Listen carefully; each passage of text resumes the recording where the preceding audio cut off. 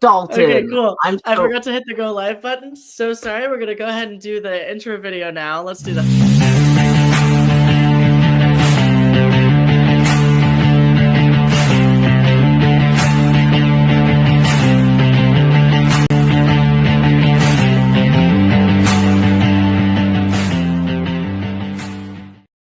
Okay, great. Welcome back to the WHL show.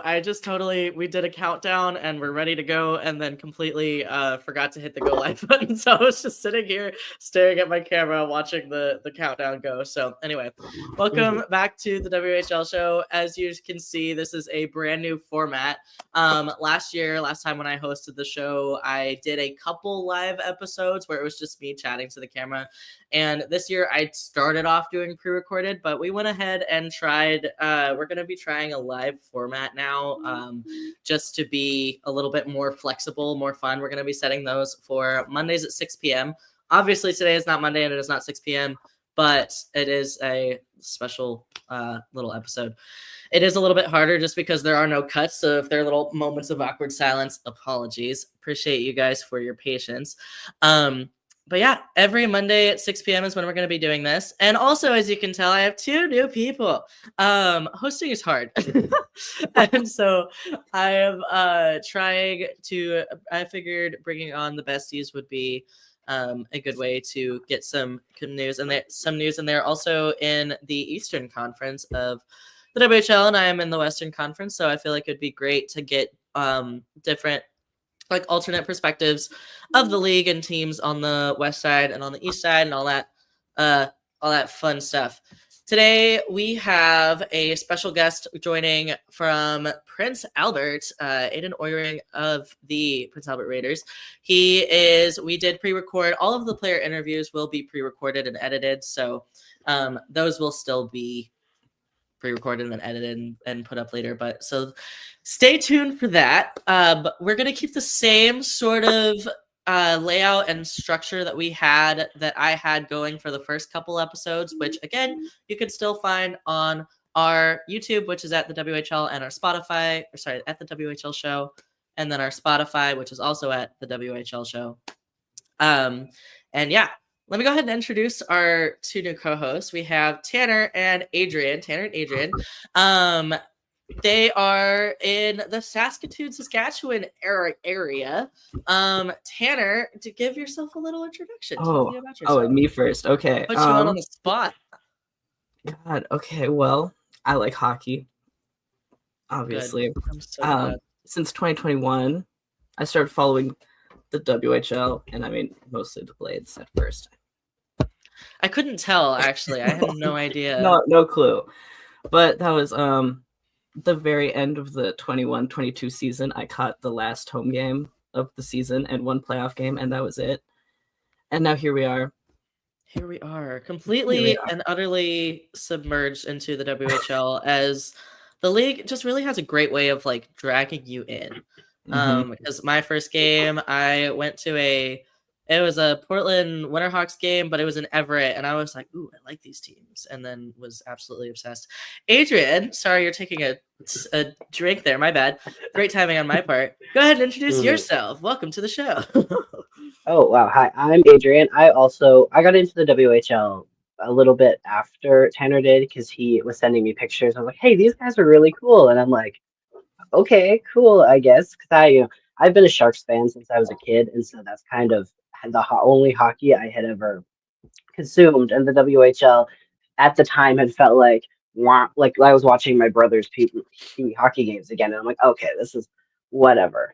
Sure. And then we went to the Blades home opener that next fall, and I was like, okay, wait a minute.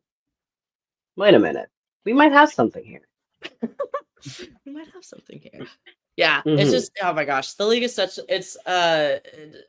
just, I don't know. And also something about the players, at least being close to my age, it was just that was really cool because I got into hockey by following the NHL first, and I was I guess am still a Flyers fan. And if I could live through Flyers hockey, I feel like I could pretty much live through anything. So Yeah. WHL, I kind of fell out of hockey for a couple years, and then the Winterhawks and just the dub in general kind of dragged me back into it. So yeah, so glad that you guys are on. Basically, the way that we're gonna have co-hosts is I'll still be the main host, but on weeks that we have that both of these guys are available, they'll both join me. Sometimes it'll be just Tanner, sometimes it'll be just Adrien. Sometimes I'll have on special guests such as other journalists and reporters within the Western Hockey League like sphere. Sometimes we'll have on maybe Dub staff or other fans who want to come on and talk about their team, etc. So co-hosts and guests are always flexible. And if you yourself are watching this and you're like, hey, I want to be on the show, just reach out to us. Our usernames are all listed. I think I'm mirrored. They're all listed on the screen there. So just reach out to any one of us and we can get you connected and hooked up with a possible thing. We all love to talk hockey. We'd love to talk hockey with you. As I mentioned earlier, we are following the same basic outline of the show that I had. So we basically just do introductions, we chat a little bit, and then we're going to go into, we'll cover player stats, rankings, player of the week, goalie of the week. We'll do like a brief recap of like standings and games and how different teams are doing, general news, and then we'll go ahead and put the player interview. As I mentioned earlier, Aiden Oiring of the Prince Albert Raiders is this week's guest. So shout out to him and the Raiders for him coming on. He was great. And then we'll give like a really quick preview over what's ahead, and then we'll be good. We are aiming for about 20 to 30 minutes show, so nice and easy. I also do cats wandering around, so if you see any blurs of animals, that's what that is. And I also live next to a train station, so I do apologize for any trains in the background because that happens a lot. It also happened in the middle of our interview with my interview with Aiden. Train went off as he was talking, and I was like, I'm so sorry. It was rough. So let's go ahead and jump in. And also, if I'm looking down, it's because I'm looking at my phone with notes, and I was also tweeting about the live. So if you are watching from Twitter, hello. We are also streaming on YouTube right now. So wherever you're watching from, thank you so much for tuning in, and I am so honored that you're here. Okay, so WHL website. Before we go into player of the week and goalie of the week and rookie of the week, all three of those, the league announced today, the Canadian Hockey League, the CHL, announced today that Kelowna Rockets were selected to host the 2026 Memorial Cup. I know that this is the news. It could go into general news section later, but I wanted to bring this up first because this is pretty big. This will be in 2026. Great for like Western side of things. I hope that I will be able to make it. It's 2 years, about a year from now, year and a half from now. But I just wanted to ask my fellow co-hosts here, like y'all's thoughts on it, and everything. My initial reaction was, "Oh, cool! It's on the Western side and it's in the dub. That's great." And I've seen some mixed reactions from fans from both like Eastern teams and other other areas. I've seen some mixed reactions. I have a neutral positive reaction. What was y'all's thoughts when seeing this?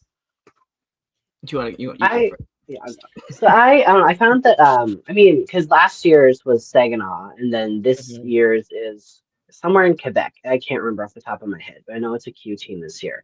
So I find bringing it back to the dub and bringing it back to the West is, I think it's really nice, and I think it'll be really good. Kelowna, beautiful, beautiful city. I've been there multiple. I've got some family there, and I love it. And I find Kelowna is kind of a epicenter to where a lot of other BC places and a lot of people there have been really excited about it. Yeah, Tan, what about you? I mean, I was really, really gunning for Medicine Hat just because it's, it's closer.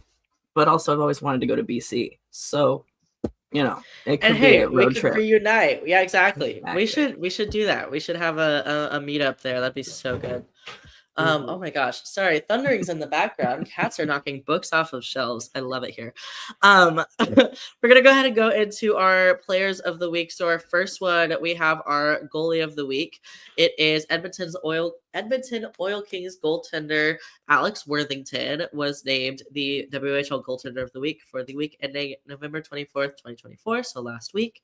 He is from Waldheim, Saskatchewan, and finished the week with a 3.000 average, with a 1.00 goals against average, a .964 save percentage, and 1 shutout.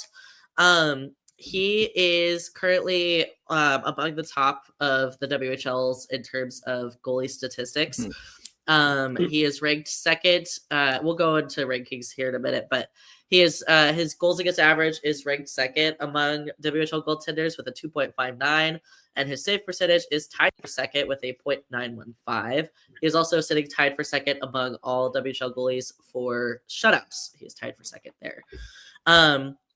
He has played 19 games this season so far and currently has a record of 11-7-0-1 with a, as I just mentioned, 2.59 goals against average and .915 save percentage and 1 shutout.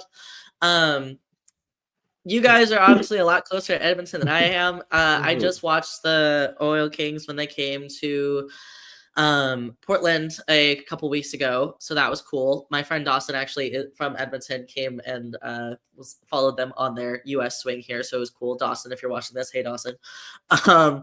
But from you guys who are a lot closer to Edmonton and are able to watch them a lot more, what do y'all think about Worthington? Is he fun to watch? How much have you seen him? Tan, go first.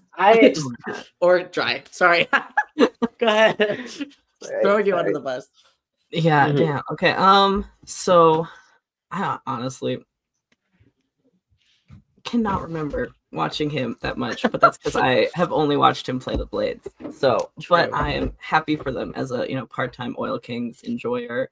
It is nice for them to have some good luck in most regards, and so good goaltending is good. So I'm excited for them as long as they let my teams as long as yeah, exactly. He's allowed to be good, but as long as it's not against my team. That's pretty much the verdict there. I was like, what's the word? Dry, what about you? I really like him. I feel it, like I paid a little more attention. I don't know. I was a really big Colby Hay guy, so to watch someone else fill his pads was something I was really excited to see. And him and I think Perry have both been pretty good this season. I saw earlier that they had re-signed Perry to Drayton Valley earlier. Oh gosh, I think yesterday, and they called up Snell, I think is the other guy's name. And I feel like having a lot of good goaltending is very important, especially for Edmonton, as they've slowly been working themselves back up. It's really good to see. Sorry, I didn't mean to unmute in the middle of an ad playing on my phone. That was really great. Great insight. Thank you so much. And then we have, let's go to our player of the week. So this one is a Western team, and then this is also from the team that we were just talking about with Kelowna. So Washington Capitals prospect Andrew Crystal of the Kelowna Rockets was named player of the week for last week. He is currently leading all dub players in scoring with 9 points for this past week, at least. He had 9 points with 3 goals and 6 assists in 3 games, which is crazy. Had a +4 rating as well. But I think averaging 3 points per game is just already kind of insane. Just crazy high point production. We know Crystal is incredible. He's always been a big name in the dub, especially with the Rockets. But it's just great to see his, point production continuing. So he's had a point in each of his last 3 games in the week and extended his active point streak to 12 straight games. Those are another thing that are really fun to follow. I love following point streaks. Those are super fun. He has he's been 40 points. Oh my gosh. Yeah, is that right? Really? 40 points in 15 games. Is that right? That's I crazy. think that's right. I think let me Oh my double check gosh. here, but I'm pretty sure. 40 points in 15 games. That is insane. I love a 13 guy goals, who's got more 27 assists assists. than. Yeah, he sure That's does. 40 right. points. And he's That's third, by the way. Just putting that out there. oh my gosh. Okay, holy moly. How that is just mind-blowing to me. Oh my goodness. Good for 40 him. points Wow. in 15 games this season, and he leads the Rockets Mhm. and sits third in scoring in the WHL. His 27 assists rank second in the WHL. That is wild. Wow. Okay, Mhm. awesome. We're gonna go ahead and go into standings. Our we have both the Western Conference and the Eastern Conference. I'll talk about the Western, but if you guys want to go ahead and start off with the Eastern Conference and tell us a little bit about the teams, how they're doing, what their stats and rankings are, etc. If you guys want to go ahead and start with that. Sure. Do you wanna go first? Do you wanna talk You about go. first place? Okay, well, You go. not to gloat a little bit, but the Blades are currently first in the Eastern Conference. Crazy. Luckily, we love it. They played 2 games recently, at least November 21st. It was a 4-0 shutout versus Moose Jaw, but hey, happens. And then November 23rd, they were back in Medicine Hat, playing them like almost back to back. It was a real short time, and they won 4-3 in overtime. Big Tyler Parr OT winner. It's pretty good. Other than that, Mhm. they're 15-6, 1-1, and have 32 points on the season. So, good start after the BC road trip. Yeah. And second is Medicine Hat. Previously mentioned. They played the last 3 games they played this week. They played Prince Albert and beat them 3-2. It was Richie's return to the Hauser and Mercick's first game against his old team, so it was kind of a big deal for all people combined. Mhm. And then they played that on the 20th. On the 22nd, it was a 3-2 loss versus Edmonton, and then the 23rd, it was the 3-4 overtime loss to Saskatoon. They've been doing pretty good. They made a lot of really big acquisitions at the beginning of the season, and it's paid off in some ways for them. In other ways, I guess we'll have to wait and see. Mhm. I think they've also had just an awful time with injuries, like the whole first Yeah. half of That's the I hear, season yeah. so far. Goodness. What about Swift Current? Tell me about the third place team there. Let me lock in here. Lock The in. Swift Current Broncos, they've been kind of scary all season. I won't lie. But their last previous games, they on November 19th, they lost versus Tri-City. I think that was Tri-City's last big Eastern Conference game, and that was 3-1. Yeah. And November 22nd, they won versus the Pats, beating them 4-3. And just recently, November 23rd, they lost. I put that they lost to themselves on the. Let's just pretend we did not talk about that. But they lost 7-1 their last game. But they're Swift Current 14-8, lost to 0-0 Swift Current. on the season. So I just noticed that. That's so funny. It was I to Moose Jaw. Moose Jaw, perfect. Okay, great. Yes. So shout out to you guys because I clearly need to step it up on my own show. I just wrote down on my own thing the wins and points. I didn't actually go into like the last 3 games. So noted for future. I gotta catch up to my own co-host here. Holy cow. But for the Western Conference, in first place, to nobody's surprise, is the Everett Silvertips. They've been crushing it this year. They're also in first place overall in the league. They have 40 points right now with 19 wins and 3 losses in 20 3 oh my gosh 19 wins, 3 losses, and 3 overtime shootout losses. Math is hard. In 24 games played. In second place, right behind them, they who have also been doing well and also been seeing a lot of them in the power rankings are the Prince George Cougars. They right now have 31 points. They are they have fewer points than the Americans than the Tri-City Americans. But because, and I found this out the fun way, shout out to Tiffany on Twitter and friend with the Winterhawks. She reached out to me because I had a question the first episode. I was like, why on earth would the team with fewer points be in second place when there's another team that has more and they're in third? And it's because they're leading their division. So thank you to her for that information. So the Cougars, because they're in first for the BC division, they are in second overall in the league, even though they have 31 points compared to Tri-City's 35. Tri-City is in third place. They have 35 points right now in 23 games played. They are also doing really well, surprisingly well this season. They're another team that obviously, like being in the U.S. division, I really enjoy watching, but I feel like it's just an underrated team that more people should watch. I feel like with the past couple seasons, like they haven't been the best. And so seeing this kind of turnaround and seeing some trades really pay off, and the choices that the team and the coaches and the staff and all that fun stuff coming together is just really, really great to see, especially it being so close up in Kennewick.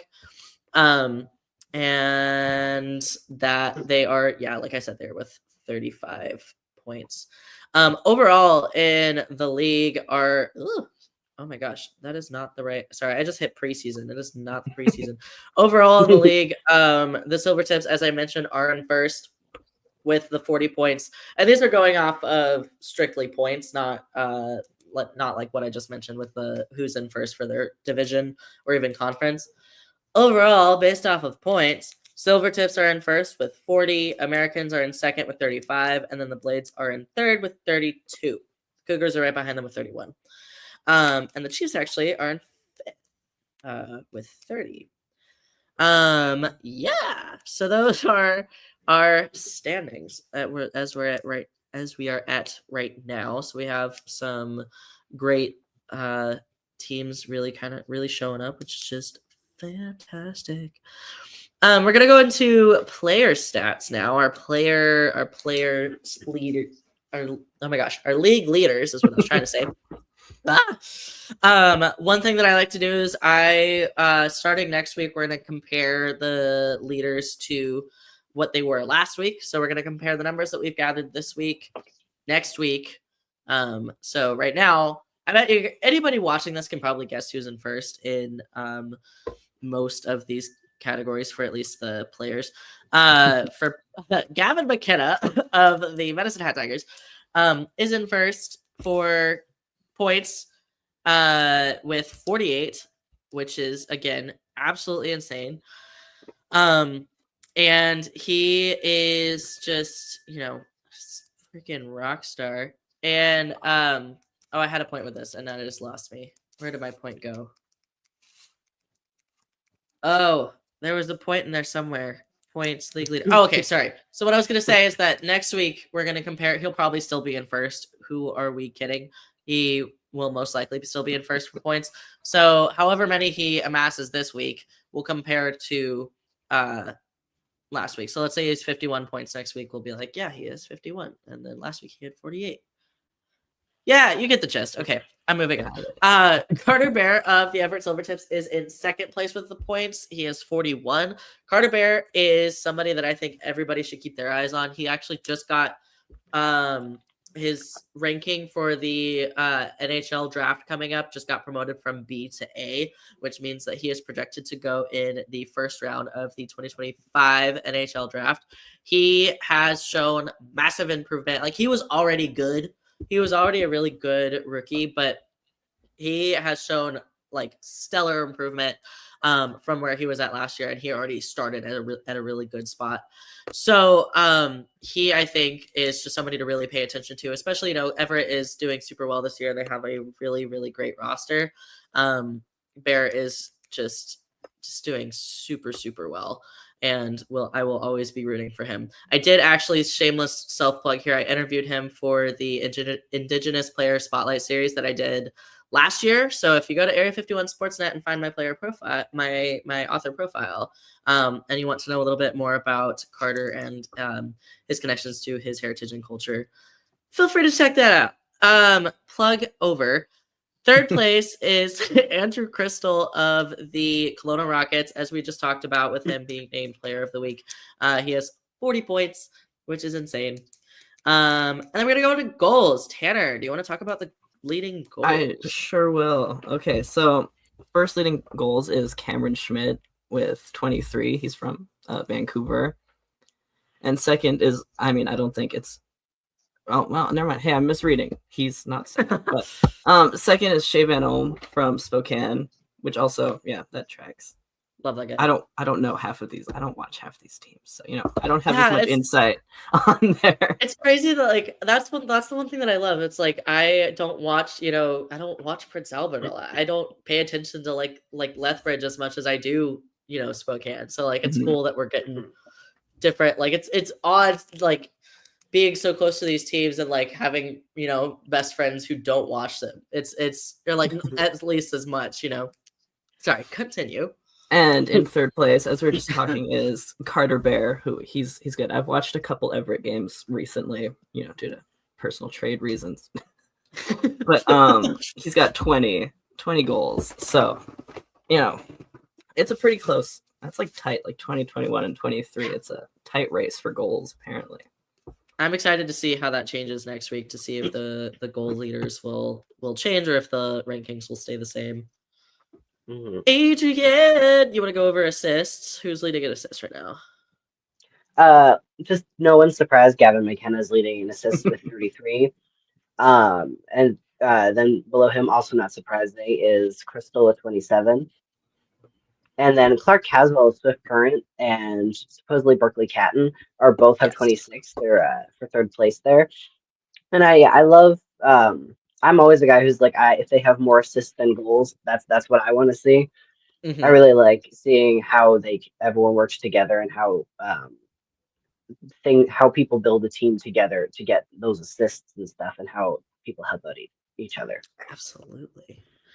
Goals against average, Jesse Sant of the Everett Silvertips leads with a 2.15. Alex Worthington, as we were mentioning earlier, with Edmonton Oil Kings, is in second with a 2.54. And then Ethan Eskett of the Brandon Wheat Kings is a 2.62. He is actually tied with Evan Gardner of the Saskatoon Blades. They both have a 2.62 goals against average. And then this is not WHL related at all, but it's hockey related. I just played my first games as a goalie myself, and I have a 5.4 something goals against average right now. So I'm at oh my gosh, it's rough. My first game, I lost 7-1. That was really fun. I let in 7 goals. No dub team would want me on their team, at least yet. Maybe in 20 years. Call me when I'm 40. And then, Tan, if you want to go into save percentages. Save percentages. It starts with Carson Bjarnason from Brandon, they have crazy goaltending over there. It's alarming. I don't think anyone probably likes to play against them, just on account of how hard it is to score. Because his save percentage is .920. And then Alex Worthington is also second in save percentage with 0.917 as of last night, I think. And then Jesse Sanch is in third with 0.915. And also Evan Gardner is also at 0.915. So they're kind of also pretty tight. I feel like there was also another. Oh, no, that's one more. The next section, there's a lot of ties going on. Amazing. Dry, you want to talk about that a little bit? Yeah, so first place with wins is Lucas Matecho with Tri-City, who was goalie of the week last week, I want to say. I can't remember, but he was recently. Something of the week recently, yeah. And then Joshua Ravensbergen from Prince George. He has 12 wins, 1 behind. So this is another really close race, because in third place, Jesse Sanch from Everett has 11. Also with Gardner and Dawson Cohen also have 11. So it's a very close race for that, too. Jungle Skog likes Dawson Cohen, as you can tell from the Chiefs jersey. And that does it for league standings and player news and all that, or player standings. We're going to go over a quick news and goings-ons around on the league. Sorry, I'm talking with my hands that have pens in them. I'm gonna drop those.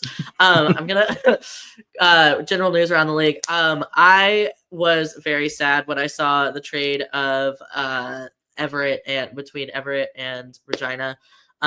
Julian Mays, who was one of my favorites on the tips for just I used to live in Everett, and he was my secret pal his rookie year. He played like 2 games that season, so I really wasn't his like full rookie year, but I was sad to see him go, but wishing him, of course, the best of luck to with the Pats. And then in return, if my phone loads, the Regina Pats have actually gotten Cole Temple back. They are both 2007 born players. Temple is coming from the Regina Pats to Everett, Washington. And they're on the topic of Everett, Washington. There have been a couple trades this week. I know that you guys have some opinions on that if you want to talk about the bigger trade and some of the stuff that's been going on there. So tell me a little bit about that from y'all's perspective as like Eastern fans. Yeah, hey, you go first. I think it's really interesting how because Jackson Vaughn was traded to Everett there, and he was always a really big player for Regina. I feel like he was one who I constantly heard his name, whether it would be for suspensions or points. He was definitely a common name for anyone who had to play against the Pats, and he was always someone who was like, oh no, I don't want to play him right now. He's such an incredible player, and he sure made us like a really big opening in Everett there. And I'm really glad that he seems to be thriving, but I will admit that it was really fun to watch him, and not being able to watch him as closely is going to be a little sad. Mm-hmm. What about you, Tan? What were your thoughts and opinions?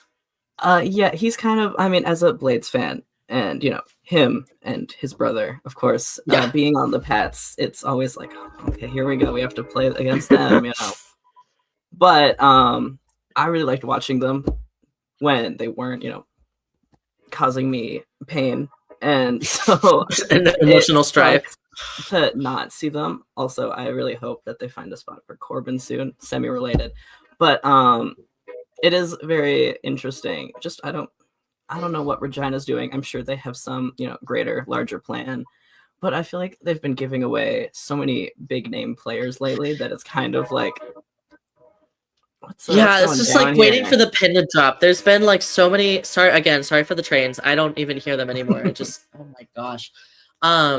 There have been so many like he was rumored to, what was it, Lethbridge, that they were like thinking he was going to, or like Corbin. I mean, he was Calgary. Calgary. Okay, yeah. Someone had reported like, oh, it was like in the big like Tanner Howe trade. They reported that Corbin was going to be one of them, and then it's like, hey, I never said anything actually. So so like take that back. Yeah.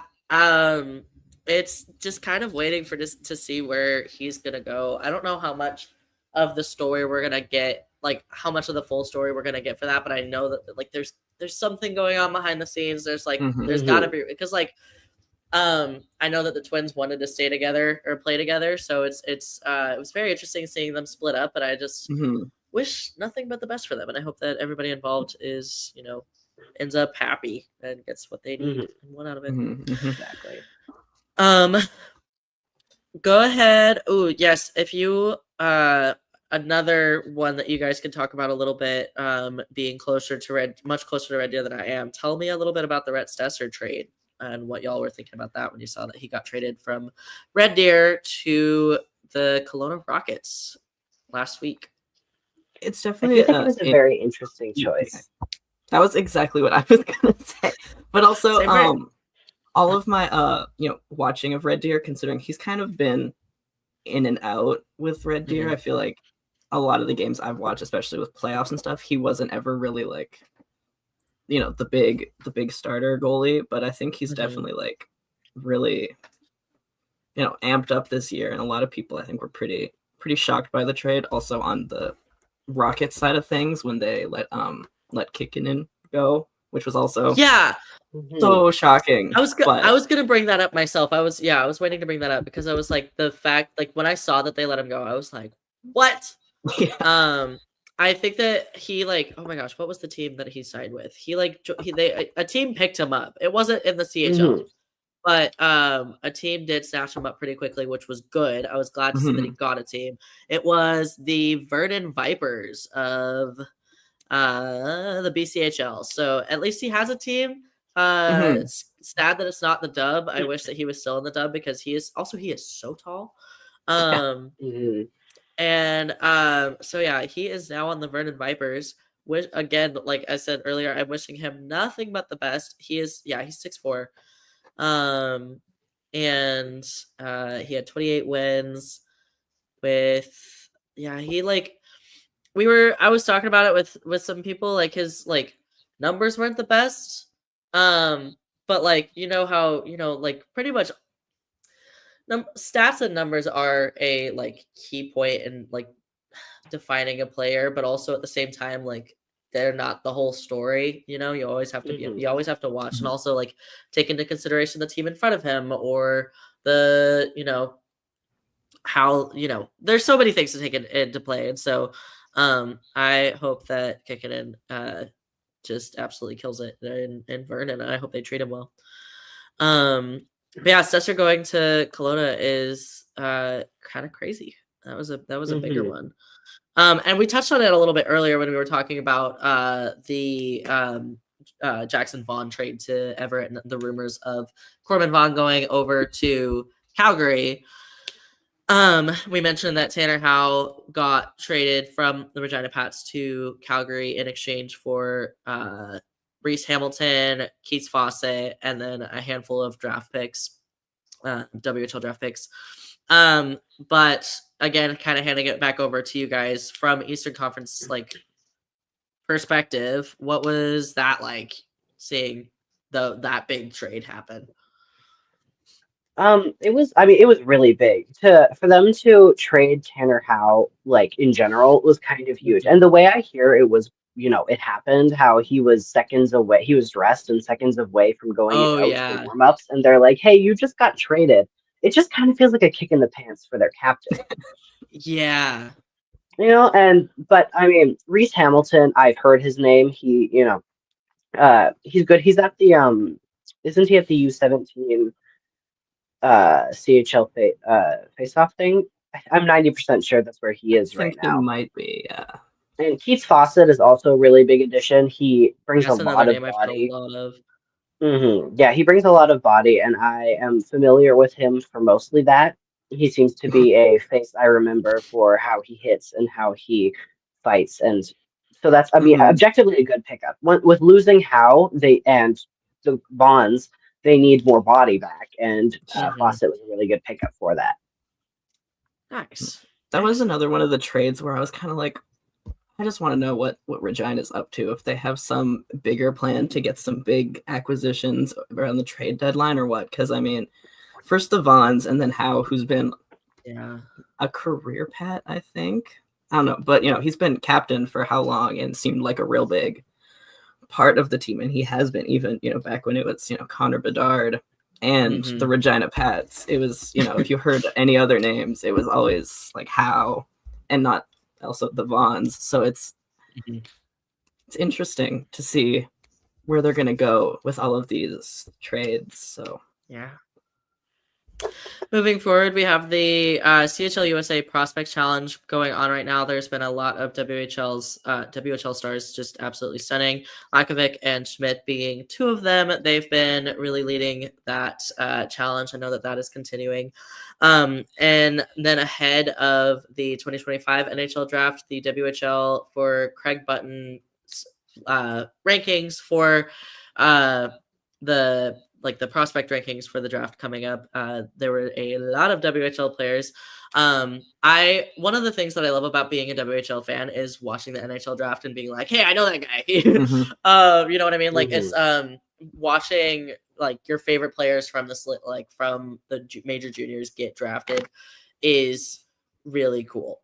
And I also love back to the CHL USA prospect challenge, seeing all these kids go and stun at these like big events and showcases and games and such to like, show who they are before the draft.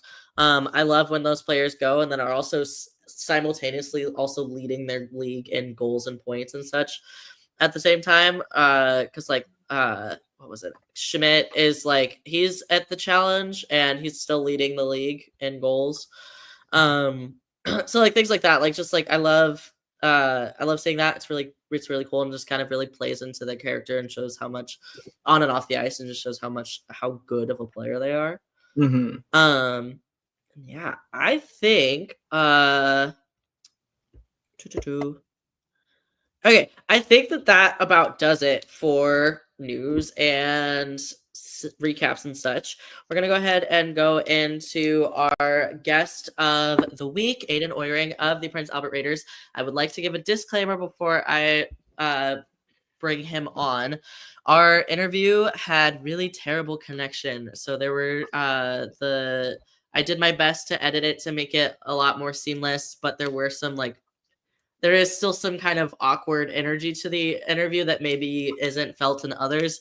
And it was at no fault to him. He was such a great sport and did a really great job. He ended up our connection ended up just like cutting out. So the interview ends really abruptly. Because I still don't know if it was a me or a him problem, but either way, one of us like just completely disappeared from the interview. And so it kind of just stops. So disclaimer, I tried my best to make it seamless and to make it flow well. And I appreciate you guys for your understanding because it was a little frustrating. But again, Aiden was absolutely amazing and a really, really great sport.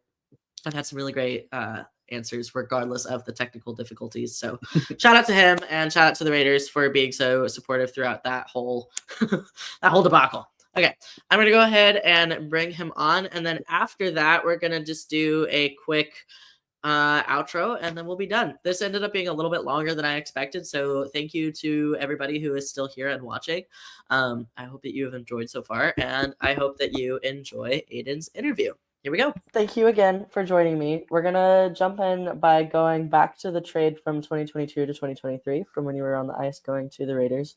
What was that move from, Winnipeg, from Manitoba to Saskatchewan like? Yeah, that was a big change. From two different teams, kind of a top team in Winnipeg, they had a great season going on to the finals. But coming to PA, I think that just helped my development in my game a little bit more.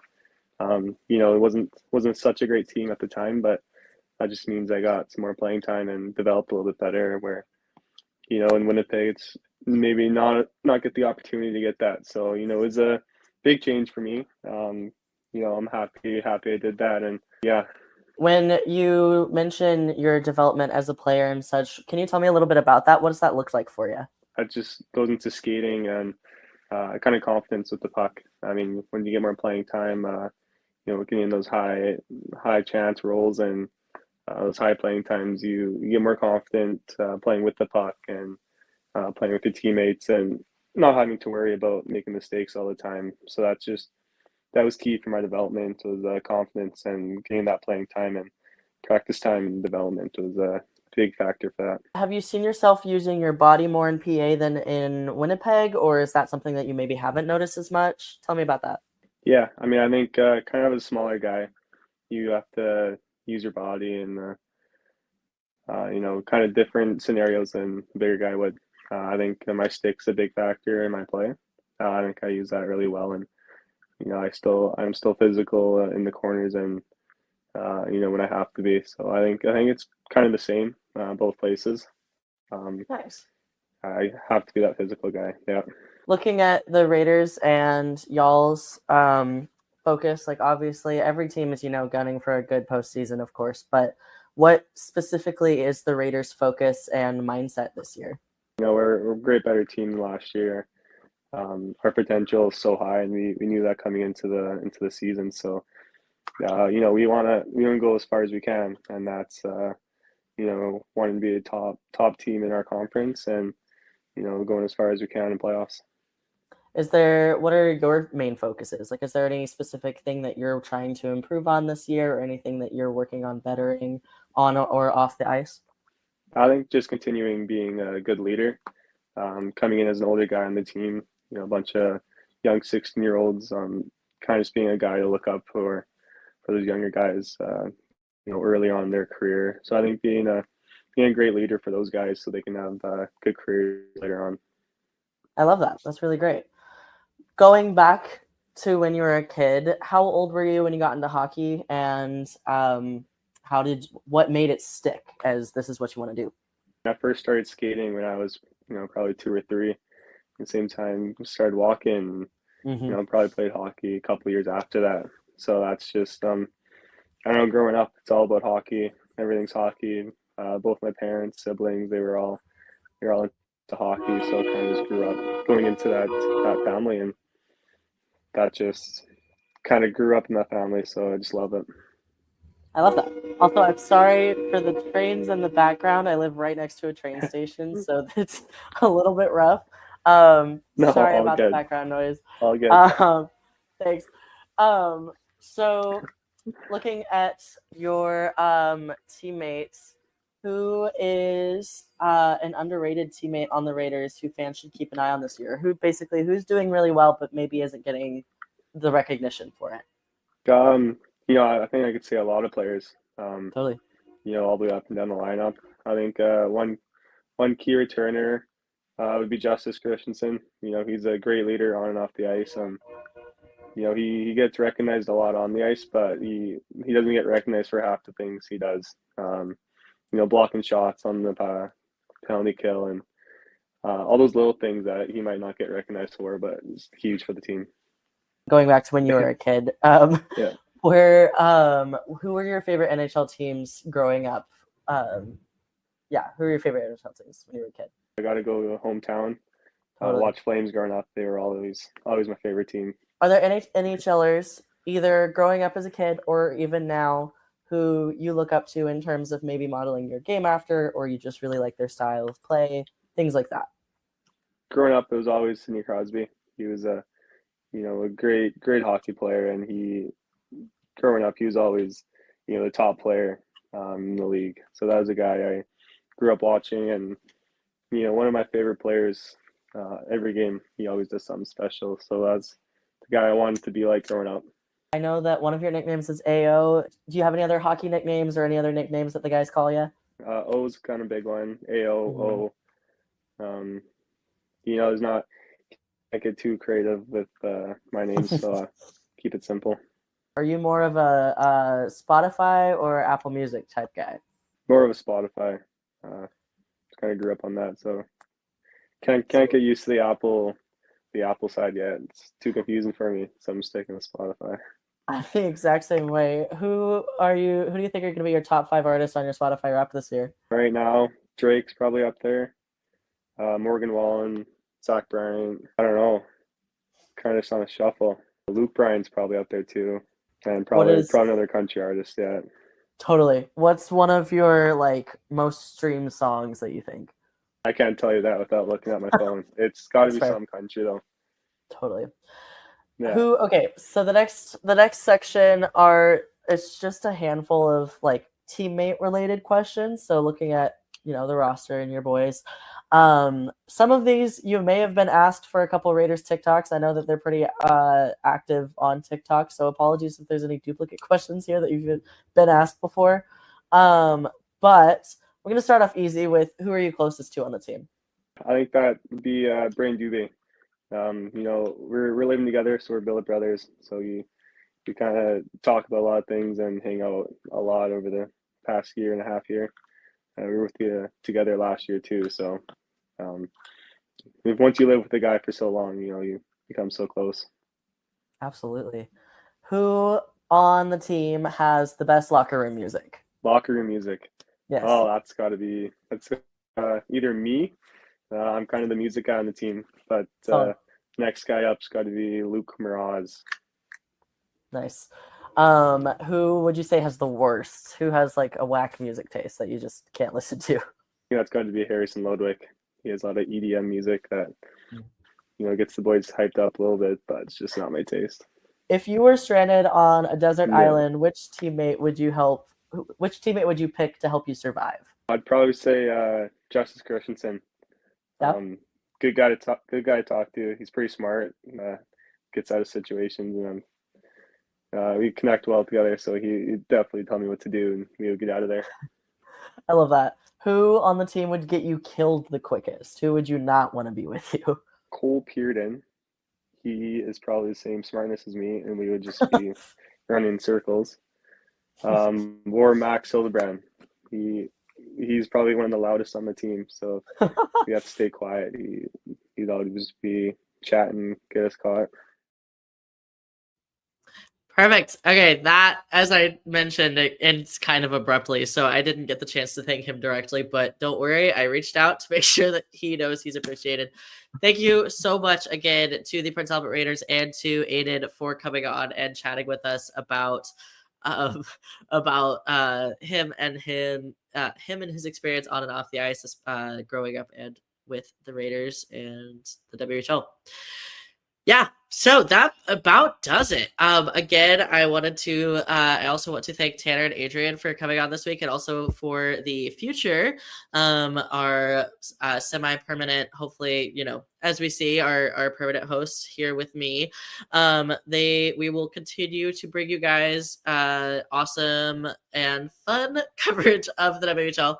We are I guess I mentioned earlier, I'm in Portland, so I'm close to the Western League, and then these guys are over in Saskatchewan, so they have a lot more experience with the Eastern Conference teams. We are changing from Mondays at 12 p.m. to Mondays at 6 p.m. just because that gives us some more time, and I feel like it's just a better time in general. So Mondays at 6 p.m. PST, Pacific Standard Time, is when you can find this show. We are on Spotify. Just search up the WHL show. We're also on YouTube and Twitter. All of our information is on the screen here. Make sure to check out our social media. Hopefully I'm pointing in the right direction. I know that our cameras are mirrored, so hopefully that we get that. But yes, our usernames are there. So feel free to check us out and give us a follow. We always we talk a lot of hockey, so feel free to talk Dub Hockey. Feel free to talk. You can talk to me about beer league hockey. I'm into that now. And yeah, thank you so much to everybody who tuned in today. We had a bigger audience than I was expecting, and it's just really exciting. So I am just so honored, and but speaking for these guys, I bet they are too. And do you guys have any parting words before I go ahead and end the stream for today? I didn't plan this actually. I had a lot of fun, and I'm excited to keep doing it. And yeah, I think this will be really good. Love hockey. Love hockey. That's kind of just the general consensus here. We love hockey. Alrighty. Thank you, everybody, so much. Appreciate you guys. And make sure, again, follow us and tune in next week, Monday, 6 p.m. Wow. Bye-bye.